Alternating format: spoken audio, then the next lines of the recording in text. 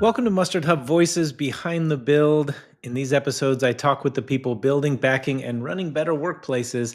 I'm your host, Curtis Forbes. Our guest for today's chat is Dr. Anna Tavis. Dr. Tavis is a clinical professor and chair of the Human Capital Management Department in NYU's School of Professional Studies. And as department chair, she leads three master's degree programs in human capital management portfolio, human capital management, human capital analytics, and technology and executive coaching and organizational consulting. Additionally, Dr. Tavis manages 5 HCM certificate programs. She's the co-author of several books. Her newest title is The Digital Coaching Revolution. And prior to joining NYU faculty, Dr. Tavis navigated a diverse global career in business, consulting, and academia. In business, Dr. Tavis was head of Motorola's EMEA OD function based in London, Nokia's global head of talent management based in Helsinki, and United Technologies Corporation's chief learning officer.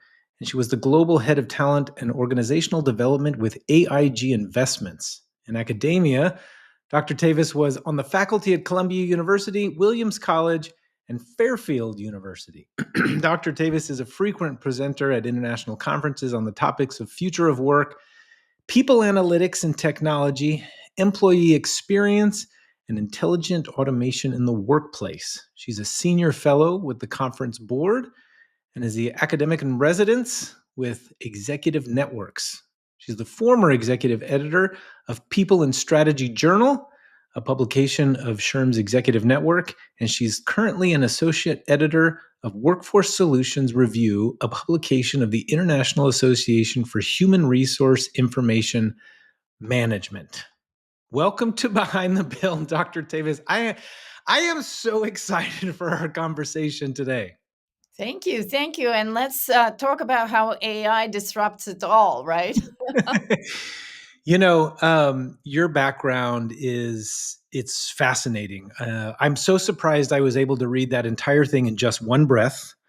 Not really, but it's incredible. And really no offense to our other guests, but you're just one of the most interesting people I think that we've had on the show. You're one of the most respected thought leaders in the HR space. So I kind of want to talk to you about you a bit before we really dive into a lot of other things. We also share an alma mater. I went to NYU, so I'm very proud of that, even though it really means nothing in the context of this conversation.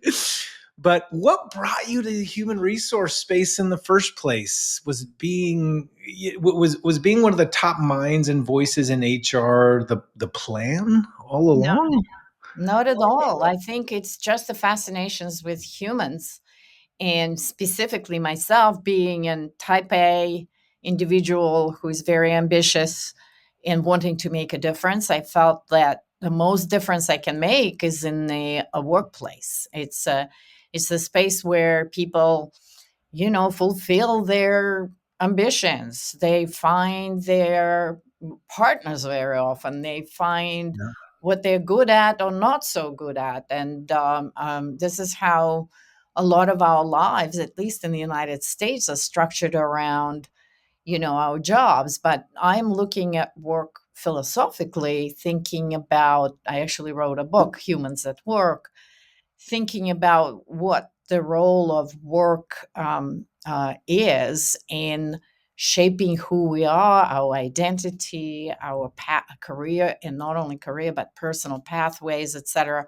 So, having started my education as in linguistics, cultures, fascinated with anthropology, philosophy, I was very eclectic in my choices of academic pursuits.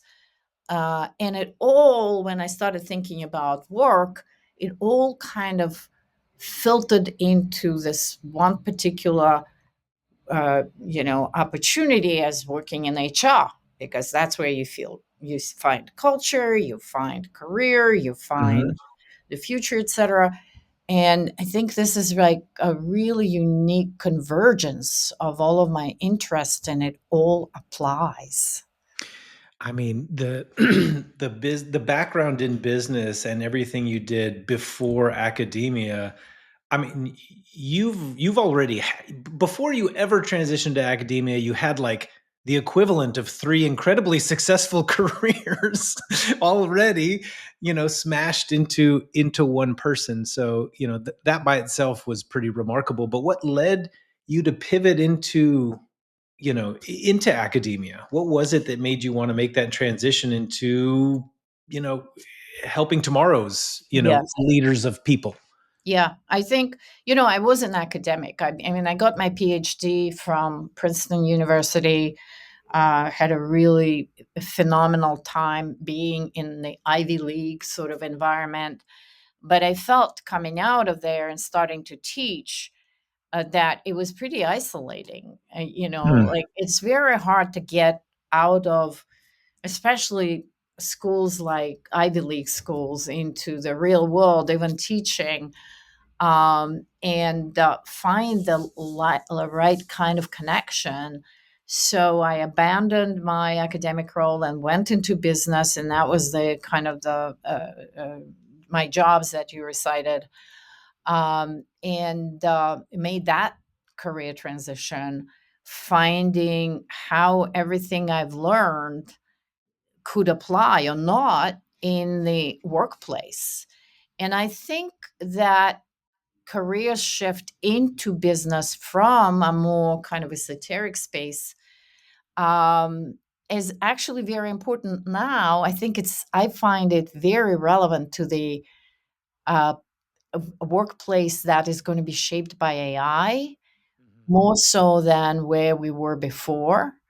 And if people think that getting business education will lead you to a successful business career, that's not going to be necessarily the case. That's my theory of where we are going.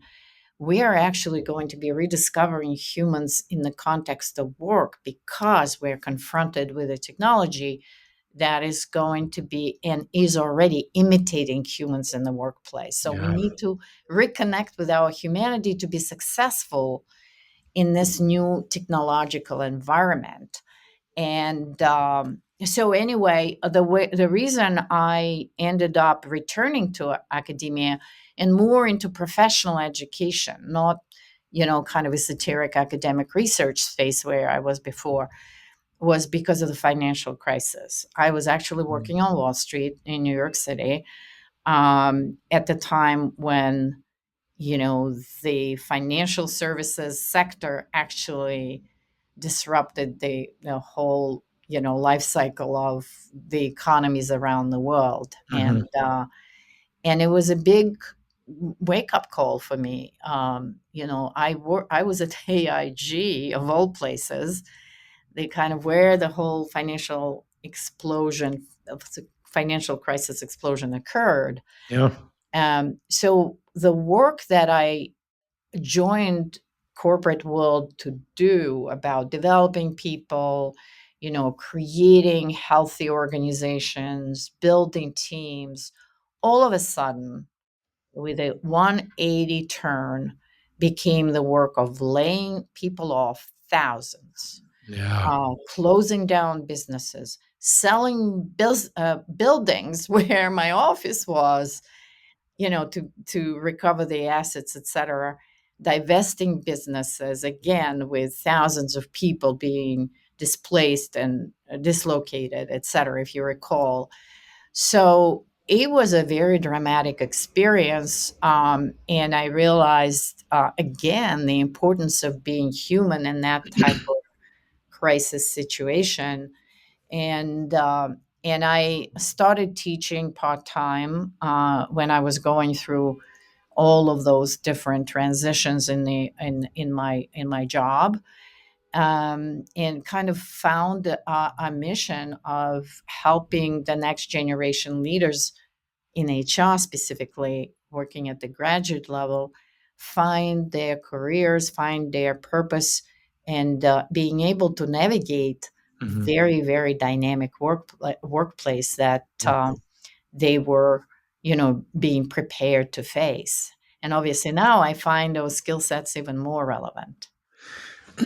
I love what you said about about what we're facing right now with how AI is really disrupting this world of work that we're in, and having to now sort of rediscover that humanity, right? Lean heavily into those things that make us human, that differentiate us from the agents that can do those repetitive tasks and those repetitive jobs, right? Because there's always going to be a place for humans, right? We're just now starting to, or we're being forced, I should say, um, to sort of face that reckoning. What is that even look like, right? What are those things that make us human, right? And I notice and I can appreciate that. And I also see, there are some parallels. It's not, obviously it's not the same thing, but there's some parallels now with regard to these layoffs, with regards to these transitions, right, that are happening now because of the new technologies that exist compared to what happened during the financial crisis. The reasons might be different. People were getting laid off then for different reasons. People are getting laid off now for, obviously, for different reasons than back then. But the similarities that exist are in what some of these outcomes are. You're still seeing tens of thousands of people in single organizations be displaced, be let go for whatever reason, right? Maybe this technology is replacing what those folks can do. Maybe it can't. Ultimately, right? Time is going to be the judge of that. But it makes a lot of sense to me when I hear you talk about that shift into academia and how it kind of, your focus just transitioned into, um, almost this more benevolent, I guess, purpose. Right, you're more driven by the purpose, right, than the actual business opportunity that you had, I guess, at the time. Another thing is kind of, and I want to I want to get more to AI here in a second because I know you have a whole bunch to talk about that everybody I think needs to hear and to listen to. I have a feeling I see a lot of the same just in listening to what you've said so far, that I probably share, a lot of those same feelings. But you're also on the editorial advisory council for the Journal of Total Rewards. You're on multiple boards. You're involved with executive networks. You host the NYU Coaching and Technology Summit. There's much more that I've probably missed or don't even know about. So my big question here is, how do you have time for everything? What fuels this passion to just, clearly you must be carving out every 15 minutes of your days. Where do you find all of this time? And what did I even miss? Yes. I do think that when we want to get a lot done, we really have to take a very good care of ourselves. I mean, that's the primary focus in, anyone in very demanding jobs, and especially now with so much, happening and changing around us. Mhm. So I think, I'm a yoga practitioner. I've been practicing yoga for 25 plus years. So, learning those habits and making them a part of my routine so that I can clear my mind, with meditation, exercise, et cetera, nutrition, all of those things are of extreme importance to me, Okay. precisely because not so much for, if you think that, just purely selfish reasons, but you need to maintain the energy, you need to maintain the interest and the curiosity, et cetera, and it has to come from within you because that's what impacts people most. So I think any one of us, even going through multiple life changes, has to take care of ourselves. And there's so much information now. There's so much. In another area of my interest is well-being and health in the Mhm. workplace and how important it is. And I think that's going to be the next chapter Yeah. of humans at work, is how do we integrate this information? How do we help people learn Yeah. how to, you know, take care of themselves first? Well, So I think that is really important. And then the second thing is just constantly learning, unlearning, and also being sort of humble. You never stop. You really think about, never kind of read your own resume and think how much you've done. Yeah. Forget it. You just keep moving because there's something around the corner that you want to address. You want to learn new skill sets, and it's just an ongoing project. Well, I can appreciate that on just about every level. I'm glad that we've sort of humanized you a little bit, right? Because with all of the accolades and all of the things that you do and all of the the boards and the books, um, it's good to see that human element, I guess, as well. But speaking of those executive networks, tell me a little bit about what those are and what exactly does an academic in residence do? The what I do in multiple, meeting communities like executive networks, is really sit down and listen. Hmm. I'm usually invited to talk, Mhm. but what I find, Curtis, really fascinating is all I need to do is to plant some ideas that might be a little controversial, because you're in a room with very experienced people, Yeah, and it kind of ignites an incredible conversation, and the ability to start the conversation, put it kind of on the right track, include all opinions and points of view, and let people express themselves in the environment where they feel they're being listened to, is tremendously informative. I bet. Because in a lot of those spaces, even when they invite you to speak, like the sage on the stage, they're really hoping that it will help them solve their own Yeah, issues. And then the other thing, especially in this environment where we're mostly on the video call or whatever, it's about helping people connect with each other and building those communities, discussing things among professionals who are going through very similar experiences, but with their own nuance, and building relationships, and that's what generates kind of the next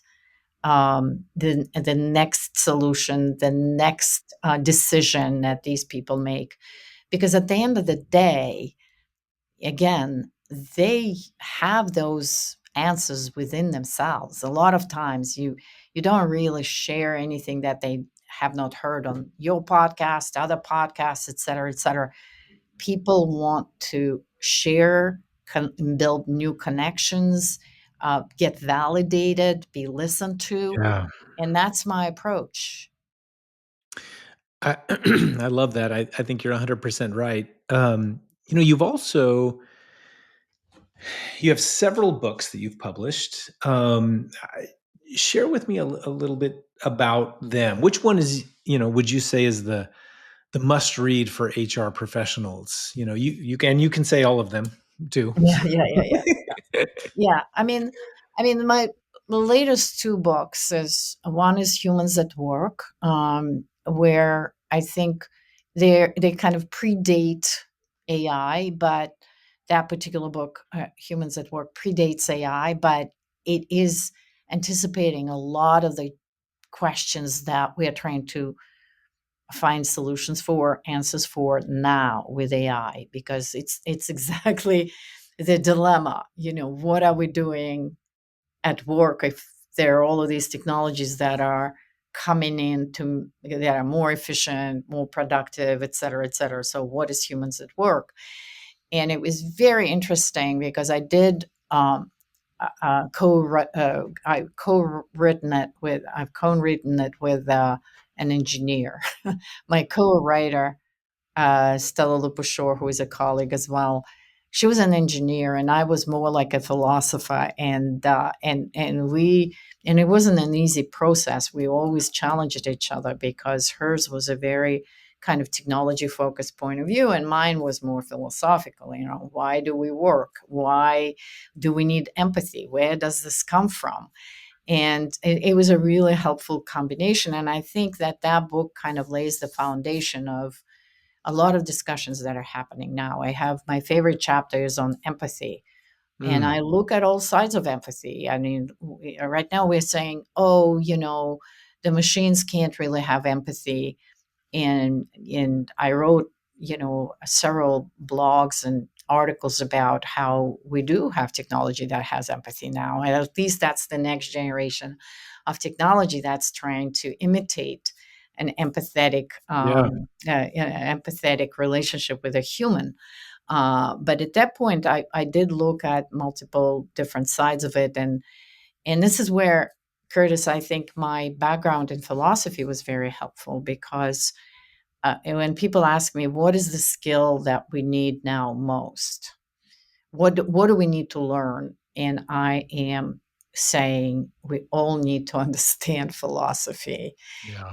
We have to go back and ask those big existential questions about why we're doing what we are doing because of this new challenge that occurred. So that's the book Humans at Work that I really love. In fact, I was looking at that time, I was puzzled by the fact that a lot of technologists who I followed as they were putting out those products and services, they were actually deep followers of different kinds of philosophies, and I specifically was interested in the Stoics.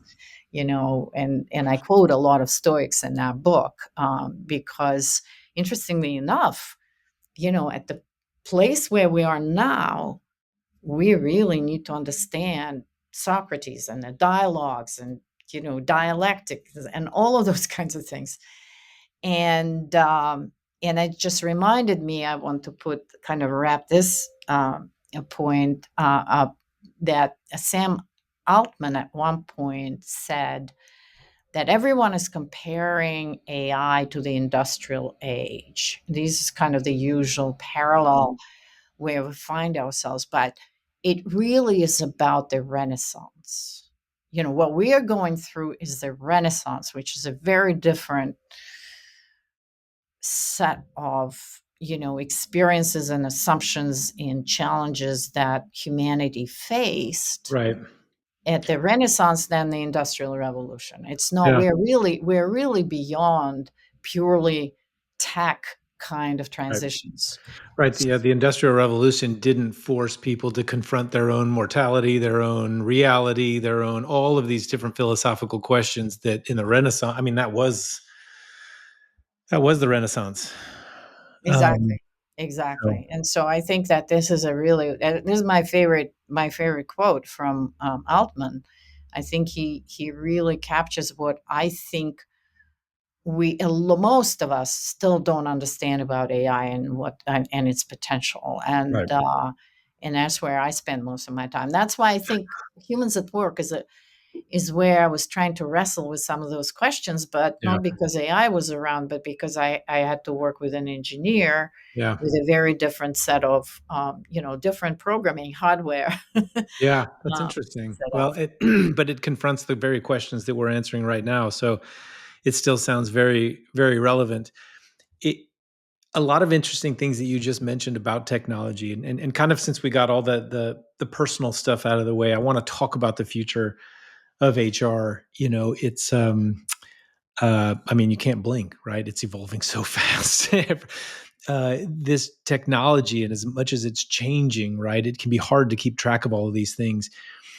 Curious on your perspective as a professor and a department chair, do you feel like, I mean, look, today looks different than it did back in January, right? And Yeah. even in January, it looked different than it did 3 or 4 months prior to that. I mean, do you think academia can actually keep up at the level that it needs to really even prepare this next generation of HR professionals? Yeah. I think I can. Uh, and Fair. it is an important distinction because, Curtis, I think at the level of where it is happening now, at the level of an individual instructor, what I tell my students is that they always have to not just read the title of the course, unless they want to learn some very specific skill or programming or Sure. whatever. but it is about who is teaching it. Hmm. And I always say, pick your professors. Do not just pick the topic that you want to, pursue or learn about. Yeah. Because this is where individual, like myself, I threw out everything. I teach today, I teach very differently than I taught 6 months ago. Hmm. Threw out all the books, textbooks, etc. Totally different approach. Experiential, discovery, Hmm. challenging, conceptual. Hmm. Again, working with opposing points of view, ability to negotiate and make the right critical thinking we're talking about. So if you're just teaching protocols, you know, um, and the predictable kind of templates, that's where it's not going to be sustainable. There's a timestamp on it, and it's going to be outdated before you even know it. And my challenge as a department chair is to see it reevaluate who my faculty are. Yeah. Do they Yeah. have enough experience other than knowing, how to teach A to Z, to be flexible enough, learning on their own, and be able to make the right pivots and adjustments within the curriculum, within the protocols of higher ed.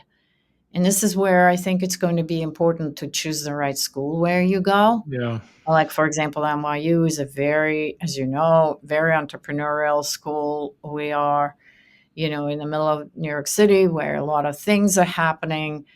And, we are kind of feed off the energy of that innovation. Yeah. Um, so I think there's going to be a reshuffling of who is who in education, as well as in the workplace and any different, Yeah. industries. It's not going to be equal. It's going to be people, it's going to be adaptive versus protocol based. Right. If you run your organization based on protocols, frameworks, all of the kind of top down approaches vis-a-vis adaptive, agile, and responsive. Those are the types of organizations in all industries who are going to succeed. Um, on that note, I know that all the current practitioners have a lot of valuable tech available to them. Do you feel like these HR teams, whether it's an HR of one or some or many, um, and their leaders, do you think they're tapping into all of these tools effectively? Are they tech ready? Do you find us in a transition period? I mean, how do you see all of these tools that are really available? Right. I'm curious your opinion on their adoption, their efficacy, and then just sort of the general HR community at large. And if you find that, they're sort of uh, what's the word I'm looking for? Just well permeated, I guess, within the community. I mean, it depends. Again, I think there's all of the above. We are like in this messy transition right now where you're going to find people who are not able to adapt for one reason or the other. Those who are resisting, it's a bell curve, Yeah. resisting adoption because they feel that if they're going to train these tools and show how it could be done more efficiently, well, they don't have imagination to think about how to do things differently. And there will be early adopters, people who are, and obviously, being in HR, I know, and to me, it's not an AI issue or a tools issue, it's a people issue. These transitions in technology are people transitions. Can, your workforce embrace all of this? And it all goes back to who were you hiring? What were you Yeah. hiring for? I like that And you brought all yeah, of that stuff up because I I love that you brought it back to a people problem, right? I mean, we talk about people all the time. People create the problems, people solve the problems, right? People create the technology, right? The technology is there to solve problems. It can also create problems, right? So, um, but it makes me curious. Like, we obviously can agree that I think HR is in a right. Well, not just HR. I guess we're all sort of at this inflection point, right? And HR is really moving into this data and very tech enabled function. um, I'm curious to hear, being that it comes back to people, how do you see that changing the teams? Do you see massive amounts of jobs disappearing now in HR specifically? Do you think there's going to be new roles emerging? And if so, I'm kind of curious to hear your take on what those roles might be. Like, how do you see the makeup of those HR teams changing? Yeah, I think those are all going to be augmented teams, right? Or a blended intelligence, blended human services solutions. And by blended, I mean it's the partnership with technology, those tools, and I think we need to be at the table helping develop and Mhm. adopt and find the right fit for those technologies in the service of people and organizations. So definitely different skill set, but most importantly, Curtis, most importantly, different mindset.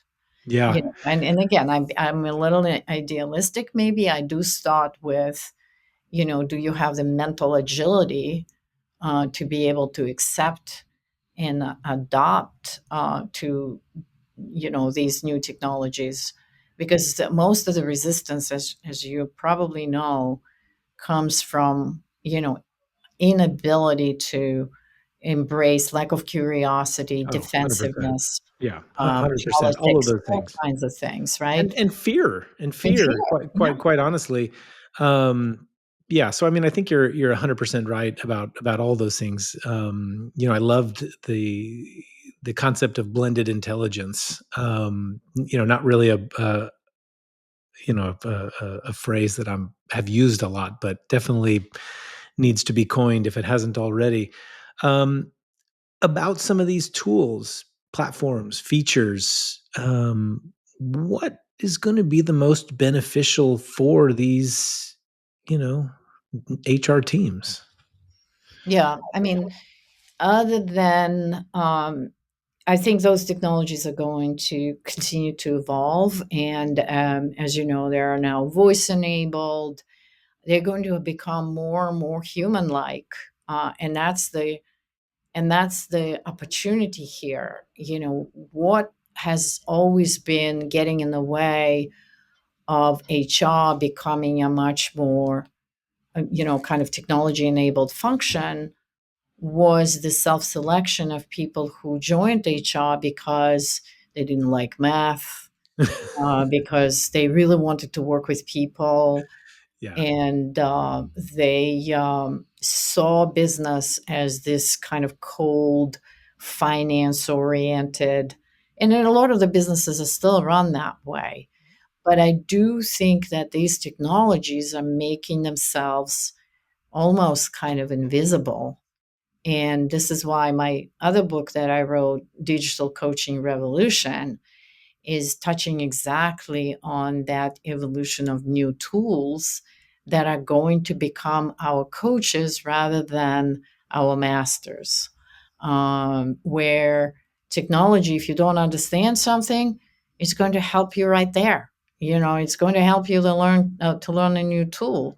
This is my tech support now is my Gemini, yeah, my IT, my anything advisor, etc. And I specifically focused and did a lot of research in my conference at NYU is on coaching and technology, because I do think that by building coaching on helping humans transition, creating a safe environment to ask questions, stupid questions without being judged, in the flow of work, within the tasks, yeah, is going to be a real make or break. Is going yeah, to be a big pivot away from intimidating tools, platforms, etc., where you had to turn. You have to learn how to operate them on their terms, Yeah.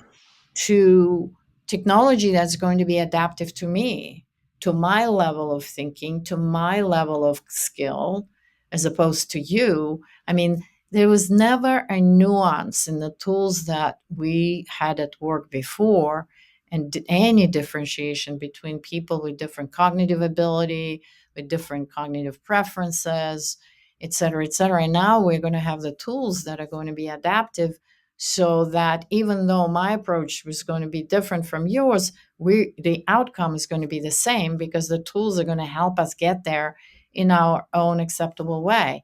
And I find it extremely exciting. I think this is an absolute revolution. This is why I called it the digital coaching revolution. And I'm seeing these tools, like Copilot, for example, being already embedded, and the companies that I advise that are in this kind of assistive coaching space are really now beginning to integrate those solutions within the existing, what used to be sort of a clunky, intimidating systems. We're going to see this humanization of tools to lower the barriers of entry to Hmm. technology for all humans. Um, which I love this, and just to sort of distill it in the way that I kind of heard it is, in terms of the tools and features that are going to be most beneficial, I think ultimately it winds up being the tools that help us be a better us. Exactly. It's not the performance management tool, or it's not the workflow management tool, or it's not the, spreadsheets or coding tools. It's not any particular of these tools. It's whatever tool that helps us use tools and just be us at a higher level. Exactly. And then, yeah, so there might not be really just one answer then for everybody, because we all have different, like you were saying, different tastes and preferences. We do have different skill sets. We have things that we're better at than others. So obviously these tools are going to have to be adaptive in a way that kind of, I guess, complements us the best that we need to be complemented. um, Makes me curious then, how leaders, when it comes to their workforce, all this tech that's available to them, the things they should be prioritizing, right? How do leaders navigate today's AI driven workplace and all those advances that are coming down the pike? So, first of all, I think the leaders are going to stay much more connected to who their people are and where they are. Um, there's just so much more data that are going to be available to leaders in terms of like doing the traditionally, you run through an employee survey, or Mhm. you do focus group, or you do Q&A of some sort. But these are all kind of episodic information gathering tools, right? Like we've all been through employee surveys once a year. You answer the question. There are always concerns around, who's going to read it?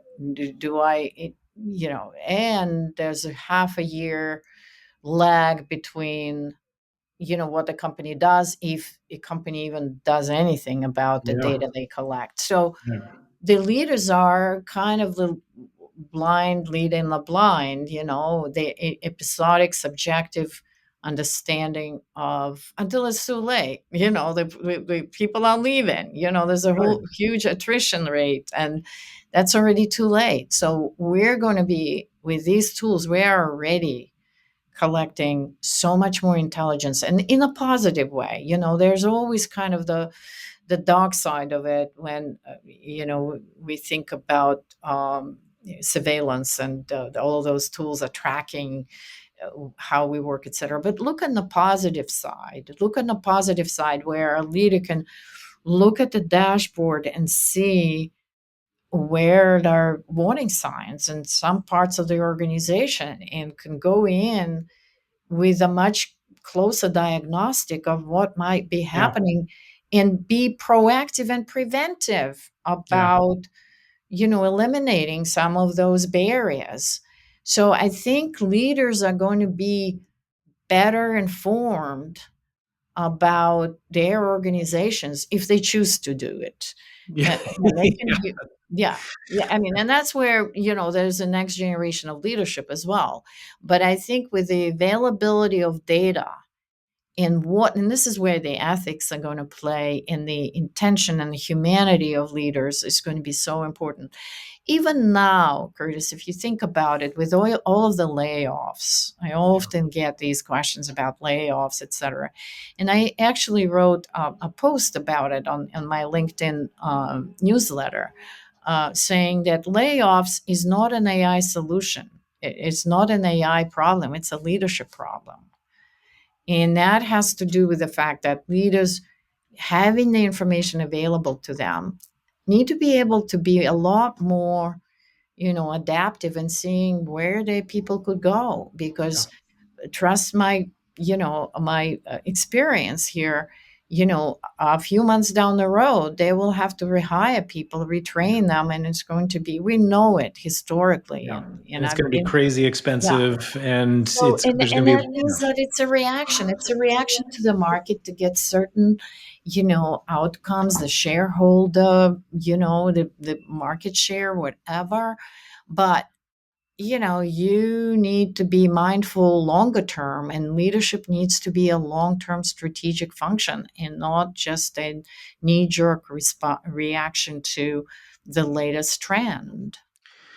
you you have touched on so many things that I love to actually talk about and do quite often. I feel like we're going to actually have another one of these chats. But the some of the important takeaways here, and a lot of things that I like to talk about, for things coming down the pike in 2026. A lot of predictions that I'm often seeing from a lot of other leaders as well, when it comes to how AI, or frankly just the future of work, is the ability for leaders to be less reactive and more proactive. I think up to this point, um, like you talked about, churn was almost a reality that was, just we were forced to accept, and hopefully plan around.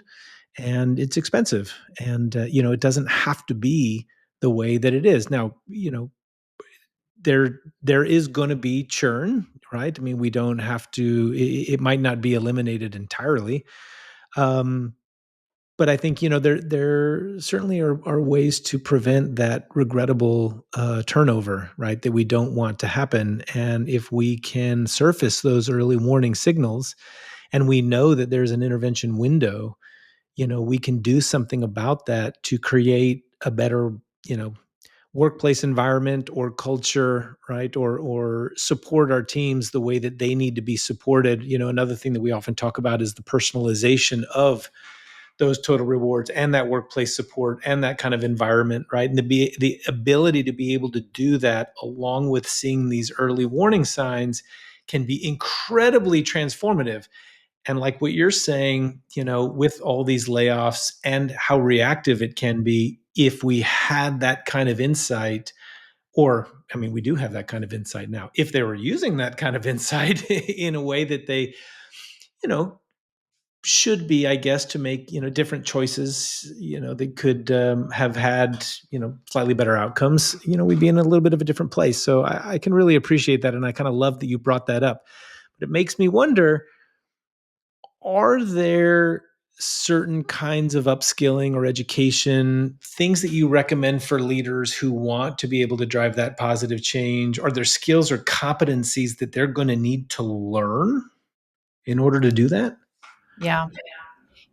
I like to compare people function on labor market data to the financial markets and financial data. And if you think about the sophistication that we've developed on the financial side, Hmm.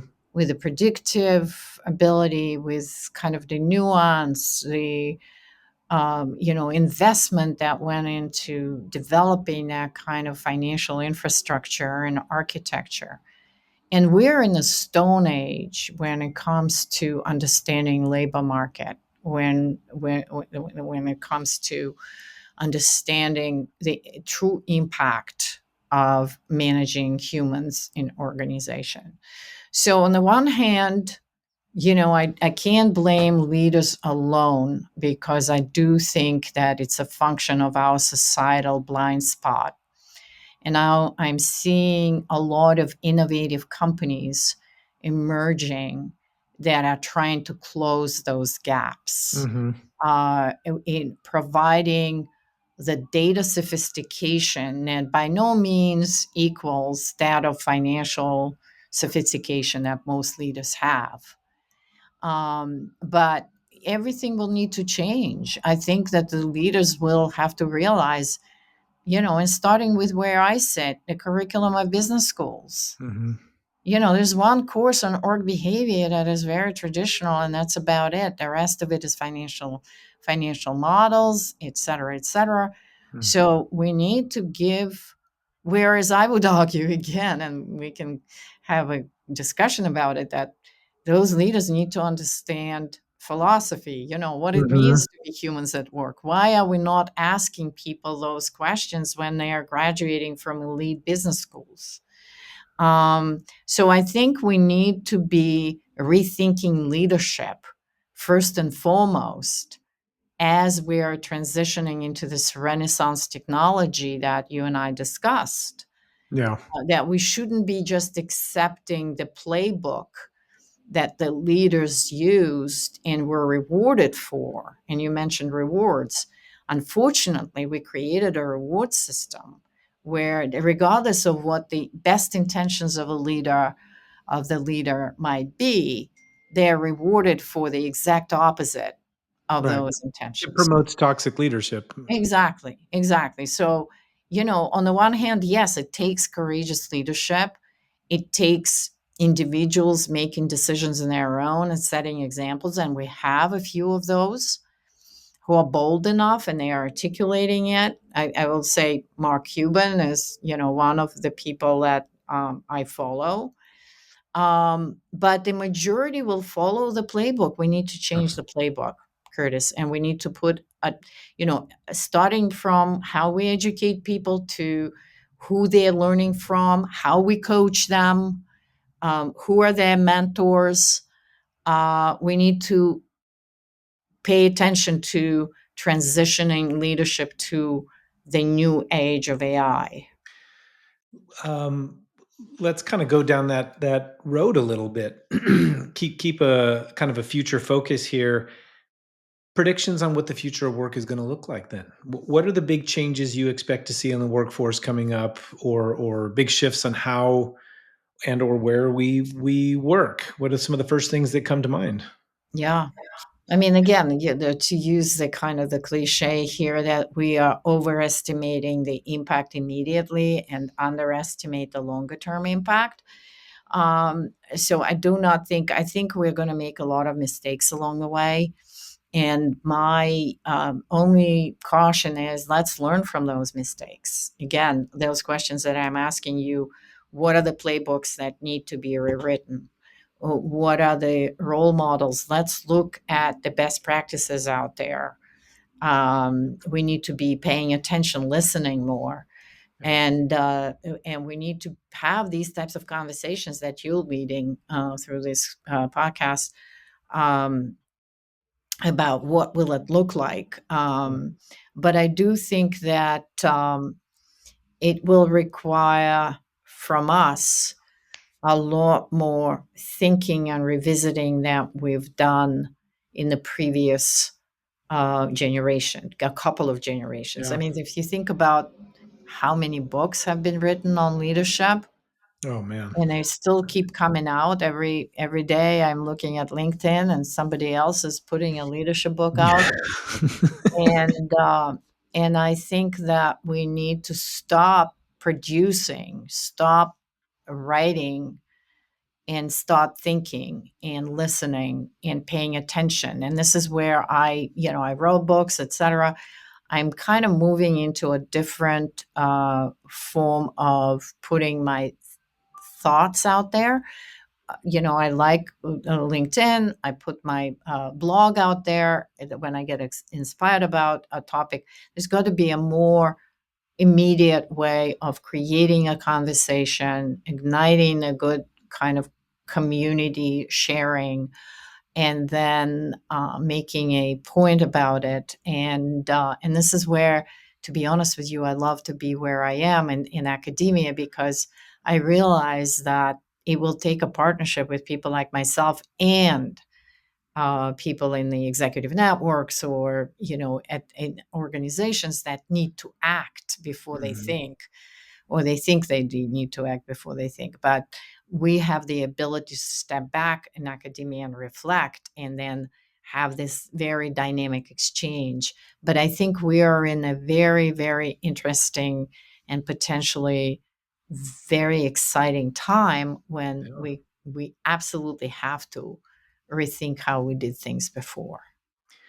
Well, kind of my I guess my last question here as we wrap up, and I always really like to, you know, get your perspective on this. If a leader comes to you, for advice on how to really kind of get it right when it comes to, doing the best by their people, and you only have a minute, or less than a minute, right? Maybe you're on an elevator up to the top floor, and before the door opens and they walk right out the door. What's that one thing? What's that one thing that you tell them if you only have a second that they can kind of take away and could be transformative?